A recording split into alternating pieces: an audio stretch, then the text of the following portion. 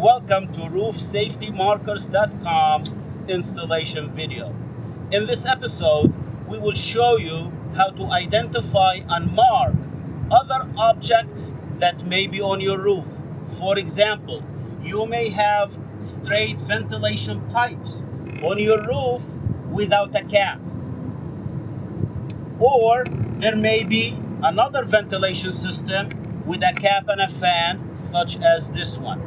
And there are many other varieties of objects that have maybe rounded surfaces, curved surfaces that are difficult to attach a normal, regular hardware fixture that we carry in our line.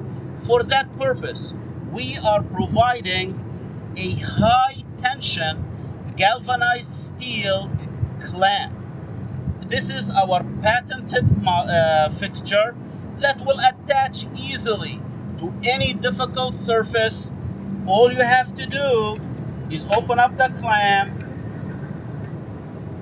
attach it to the surface, and then insert your marker into the clamp.